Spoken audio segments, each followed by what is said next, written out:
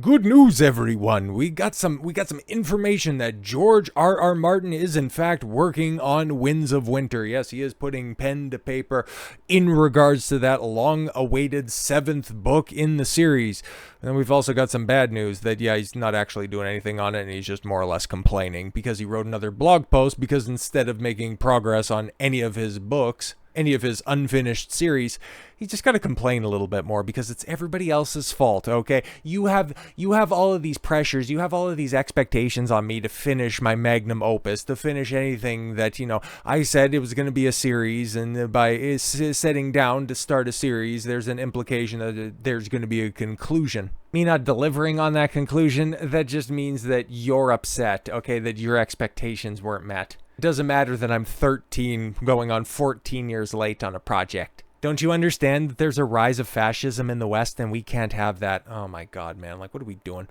Gather round, Game of Thrones fans. Well, not exactly. Is there anybody who's like still a fan of that show at this point in time? Like maybe for like 3 and change seasons. I don't know, for A Song of Ice and Fire. I guess I consider myself a fan because I like House of the Dragon. I am still, I don't know, foolishly looking forward to that Dunk and Egg series that I think comes out sometime this year. It was supposed to come out early this year, I thought, but hey, that's long gone in the past. But anyways, it's time to brace yourself for yet another update, or lack thereof, of George R.R. Martin's progress with his long-delayed book, The Winds of Winter. Is it really delayed, or is just, that thing that he said that he might work on every once in a while, but is neglected? Kind of like the treadmill that's in the other corner of his room.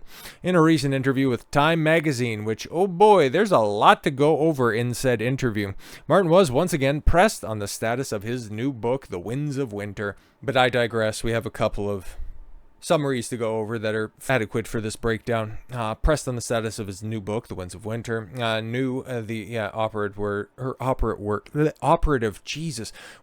Because the long-awaited Game of Thrones book has been in perpetual limbo. Why not just, I know that you're trying to do this for SEO, Gizmodo, but it's A Song of Ice and Fire. That's the name of the series. That's the name of the mainline series. Just refer to it as that.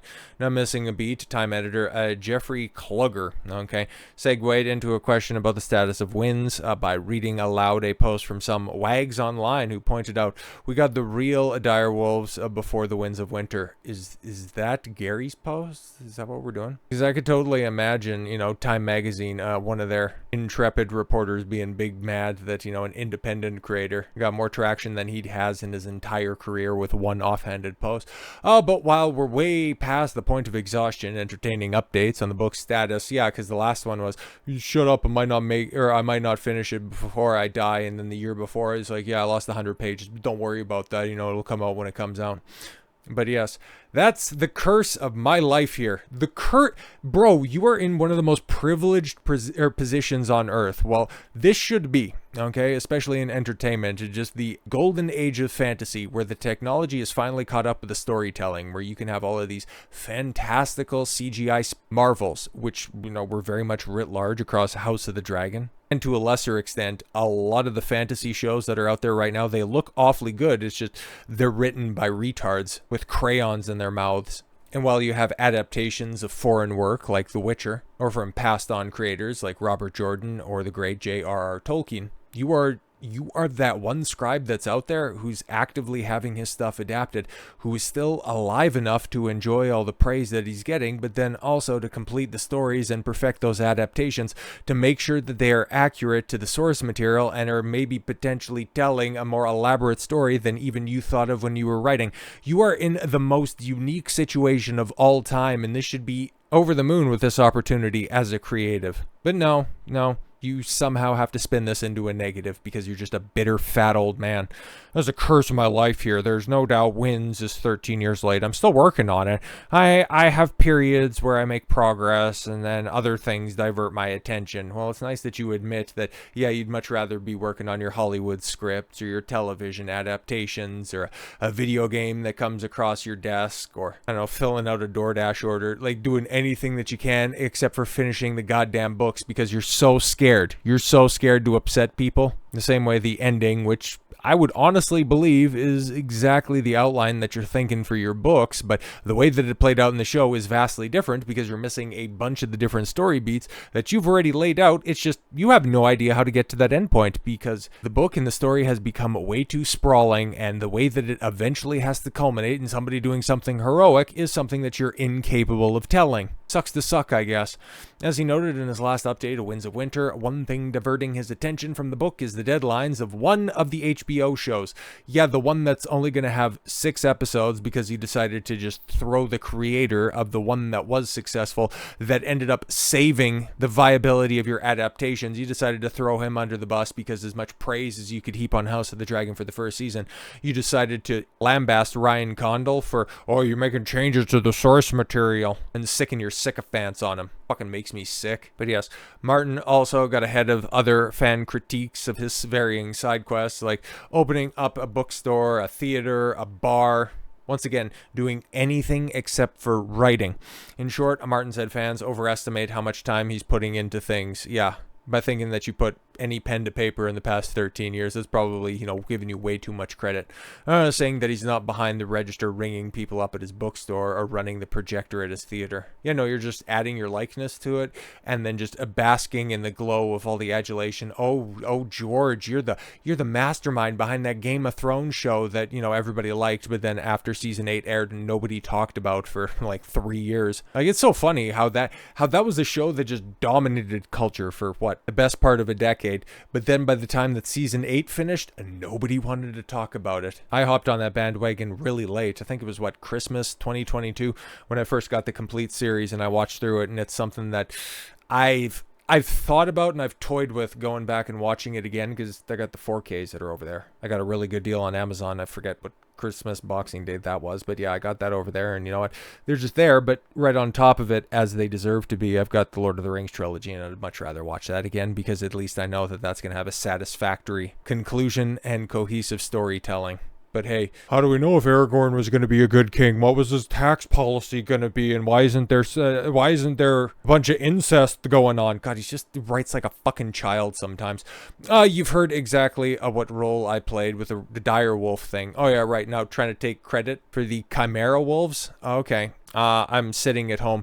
I might have been working on Winds of Winter or a screenplay, working on a screenplay, actually probably eating. And suddenly Peter Jackson is on the line. I heard about this and I traveled out to see it. The trip was probably like 4 days. I flew down to Dallas, so we took the tour. The trip took 4 days. Listen, you live in Santa Fe, New Mexico.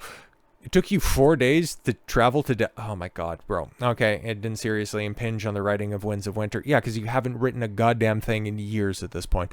No, but people make it seem more my more fanatic fans as if it's one or another, but it's not. But holy shit, yeah, for Game of Thrones news, yeah, and firmer timelines. House of the Dragon Season 3, I think production is supposed to kick up in the next month or so. The Dunk and Egg series coming this summer, but we haven't heard fuck all about that. There was a little teaser that was released, I think, right at the end of House of the Dragon, but we haven't heard anything, and that's only supposed to be like 5 or 6 episodes, because it's adapting a novella for a series that is also not finished. But to just really, really drive this point home that George is just a fat, repugnant, lazy old bastard. Talking about his other side projects, I have a theater.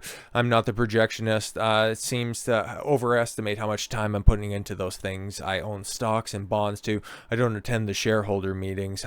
I'm not on the board of directors. I've invested in something, and sometimes stock goes up. Yeah, we know how the stock market works. But it's so funny, right? Because he wants to go ahead and tell you everything that he's not doing, but he's not providing you with anything that he is doing that is taking up his time. Yeah, I work on screenplays. Yeah, I'm in the writer's room. Unless, of course, I don't want to take any of the criticism for what fans don't like about a show. Then all of a sudden I'm all hands off and, I was kept out of the writer's room, but I'm really excited about the next project that I can go through this next cycle with. But hey, never press me on finishing the books because it's just a bunch of overzealous fans that are there.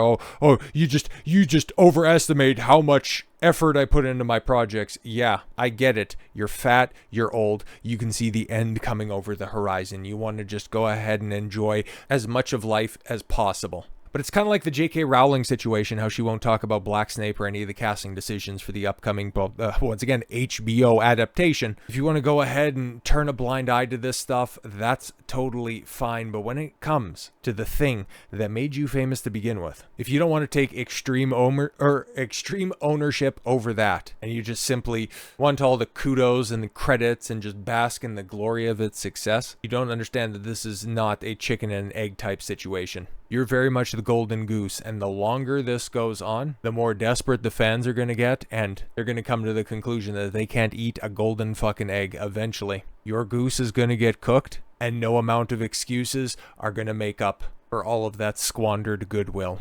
So with all that said, thank you all very much for the gift of your time. I've been Don Consuelo. I want you to follow your gut and get after it. Take care, everyone.